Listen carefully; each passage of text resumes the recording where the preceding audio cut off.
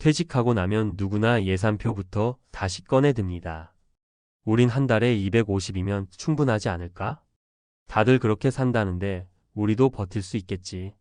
하지만 이상하게도 똑같이 250만 원을 쓰고 있는데도 어떤 사람은 살만하다고 하고 어떤 사람은 매달 카드값 때문에 마음이 덜컥 내려앉습니다. 왜 이런 차이가 생길까요? 같은 돈인데도 삶의 질은 왜 이토록 다르게 느껴질까요? 이 이야기는 단순히 얼마를 쓰느냐보다 어디에, 어떻게 쓰느냐, 그리고 미리 어떻게 준비했느냐에 따라 달라집니다. 은퇴 후 삶을 좌우하는 건 결국 자산의 크기가 아니라 자산을 관리하는 방식입니다. 오늘은 바로 이 지점 삶의 질을 결정짓는 은퇴 자산 관리의 5가지 원칙에 대해 이야기해 보려 합니다. 단순한 절약이 아니라 똑같은 돈으로도 덜 불안하고 더 풍요롭게 살 수 있는 방법. 사례를 통해 현실감 있게 풀어보겠습니다. 은퇴 후 삶의 질을 바꾸는 5가지 자산 관리 원칙. 1. 현금 흐름 우선, 자산 규모는 그 다음이다. 많은 사람들이 내 자산이 5억, 10억이니 괜찮다고 생각합니다. 하지만 은퇴 후 가장 중요한 건 흐르는 돈, 즉 매달 들어오는 안정적인 현금 흐름입니다. 은행 예금, 배당, 임대소득, 연금 등 예측 가능한 수입원이 있느냐 없느냐에 따라 삶의 여유가 갈립니다. 사례 1. 전업주부 출신 이정자 씨 66세는 남편의 퇴직금 3억으로 전세살이를 시작했습니다. 하지만 수입이 없어 매달 200만 원씩 생활비를 꺼내 쓰다 보니 5년 만에 잔고가 반으로 줄었습니다. 반면 친구인 김하순 씨 67세는 자산은 2억 5천이었지만 월 국민연금 90만 원, 소형 원룸 임대 수입 70만 원이 꾸준히 들어와 매달 쓰는 돈에 대한 부담이 훨씬 적었습니다. 2. 지출 구조를 고정비 위주에서 변동비 중심으로 바꿔라. 은퇴 후에도 마치 직장 다닐 때처럼 고정비가 많은 구조로 살면 심리적 압박이 커집니다. 자동이체로 빠져나가는 돈이 많을수록 삶을 조정할 여유는 줄어듭니다. 은퇴 생활에서는 변동비 중심으로 지출 구조를 유연하게 만드는 것이 핵심입니다. 사례 2. 70대 부부인 박 씨 부부는 은퇴 후에도 보험료, 골프 회원권 유지비, 차량 리스 등 고정 지출만 월 130만 원이 넘습니다. 줄이고 싶어도 위약금, 체면 등의 이유로 쉽지 않았죠.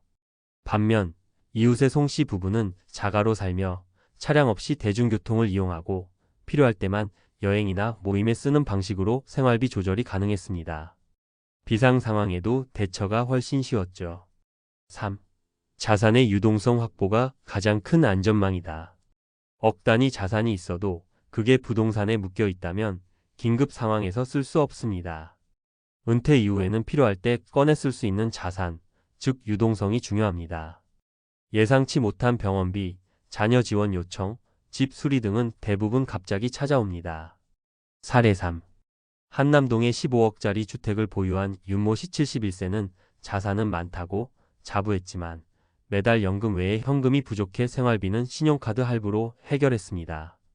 결국 대출까지 이어졌고 주택을 팔아 이사할 때쯤엔 이미 건강 문제로 병원비까지 겹쳐 큰 스트레스를 받았습니다.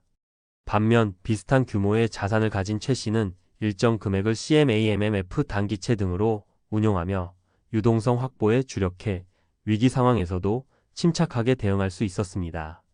4. 심리적 여유를 사는 소비를 하라. 같은 금액을 써도 어떤 소비는 불안과 후회를 남기고 어떤 소비는 만족감과 평안을 줍니다. 은퇴 후엔 보여주기식 소비가 아니라 내 삶의 만족도를 높이는 소비를 중심으로 재편해야 합니다. 여행을 가더라도 남이 가는 데 따라가는 것이 아니라 내가 진짜 가고 싶은 곳을 진짜 필요한 만큼만, 명품을 사더라도 남 눈 때문에가 아니라 내 자신을 위한 보상이라면 훨씬 다르게 느껴집니다. 5. 자녀 지원은 정서적 거리부터 재설정하라. 은퇴 후 가장 많이 흔들리는 부분이 바로 자녀와의 재정 관계입니다. 결혼자금, 주택자금, 손주 돌봄 등 도와주는 건 자연스러울 수 있지만 계획 없이 반복되면 노후를 망칠 수도 있습니다. 자녀도 성인이 된 순간부터는 하나의 독립된 가구입니다. 가장 필요한 건 자녀의 자립을 돕는 것이지 계속 퍼주는 부모가 되는 게 아닙니다. 정리하며 삶의 질은 금액이 아니라 관리에서 갈린다. 누군가는 매달 300을 써도 불안에 떨고 누군가는 200으로도 웃으며 살아갑니다. 결국 차이는 돈의 크기보다 돈을 다루는 방식에서 나옵니다. 은퇴는 일상의 마침표가 아니라 재무적 습관이 그대로 드러나는 무대입니다. 그러니 지금이라도 늦지 않았습니다. 현금 흐름을 점검하고 지출 구조를 바꾸고 유동성을 확보하며 심리적 여유를 주는 소비를 고민하세요. 그리고 자녀와의 관계도 자립 중심으로 재정비해 보세요. 같은 돈인데 왜 더 힘들까? 라는 질문에 답할 수 있는 건 더 많은 돈이 아니라 더 지혜로운 선택입니다. 전문가 의견으로 본 5가지 자산관리 원칙의 심화 해설. 1. 현금 흐름 우선의 법칙. 자산 총액보다 월 현금 흐름이 중요하다. 정지훈, 은퇴설계사 KARPA 공인은퇴설계사. 많은 분들이 퇴직금이나 부동산 자산이 많으면 안심하는데 막상 매달 들어오는 돈이 없으면 스트레스가 심합니다. 월 20만, 300만 원 수준의 안정적인 현금 흐름만 있어도 심리적으로 굉장히 여유가 생깁니다. 국민연금, 공적연금, 사적연금 외에도 배당소득, 임대소득, 소규모 온라인 사업, 재능 판매 등으로 소득원을 다변화해야 합니다. 노후는 현금 흐름 전쟁이에요. 요점 정리. 은퇴 전 5년 동안 최소 3개의 소득원을 확보하라. 매달 고정적으로 들어오는 수입이 전체 생활비의 6,070% 이상이면 안정적인 구조. 2. 지출 구조 재편, 고정비 줄이고 변동비 늘려라. 김유나 재무상담사 나무재무 컨설팅. 은퇴자 중 상당수가 자동이체 지출을 거의 손대지 못합니다. 대표적인 게 보험료, 자동차, 자녀 관련 정기 지원 등인데 이 지출은 수입이 줄어들면 바로 위기로 이어집니다. 생활비를 통제 가능한 지출로 바꾸는 연습이 필요합니다. 넷플릭스, 골프장, 정기 모임 등도 수입에 따라 조정 가능해야 합니다. 요점 정리. 보험료, 차량 유지비, 구독 서비스 등 자동이체 항목부터 정리해보자. 지출의 60% 이상이 변동비로 구성돼야 상황 대응이 가능하다. 3. 유동성 확보. 전체 자산의 최소 2030%는 언제든 꺼낼 수 있어야. 이상우, 자산운용 컨설턴트 전 증권사 PB. 부동산에 자산이 몰려있는 은퇴자들이 위기 상황에서 당황하는 경우가 많습니다.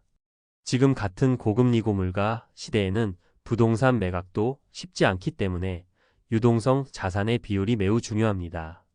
예금, CMA, MMF, 단기 채권형 ETF 등을 적절히 조합해두면 예상치 못한 병원비나 급한 가족 지원에 큰 도움이 됩니다. 요점 정리. 전체 자산 중 최소 2030%는 한 개월 내 현금화 가능한 자산으로 확보. 유동성 자산이 많을수록 심리적 체력이 생긴다. 4. 심리적 여유의 소비. 은퇴 후 소비는 마음을 위한 지출이다. 조미영 심리재무 코치. 은퇴 후 우울감의 큰 원인은 소비 후 허무함입니다. 그건 남을 따라 산 소비일 가능성이 높습니다. 진짜 나에게 의미 있는 소비는 오래 기억에 남고 자존감을 올려줍니다.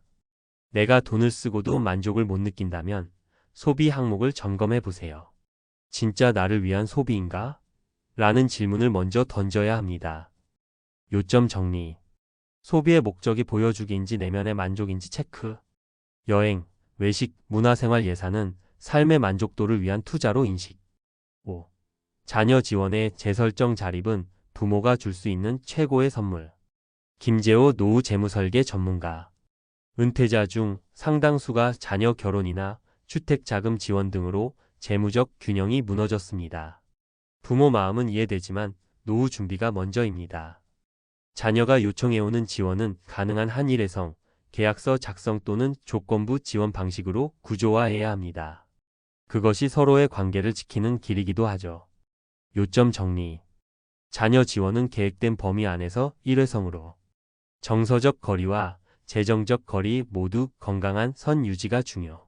마무리하며 이제 필요한 건 더 많이가 아니라 덜 흔들리는 삶. 우리는 흔히 더 많이 있어야 불안하지 않다고 생각하지만 실제로 전문가들이 공통적으로 말하는 건 덜 흔들리는 구조가 중요하다는 것입니다. 자산 총액보다 흐름이 있는 돈이 중요하고 허세 소비보다 심리적 만족감이 오래가며 자녀를 돕기보단 자녀의 자립을 응원하는 것이 더 바람직합니다.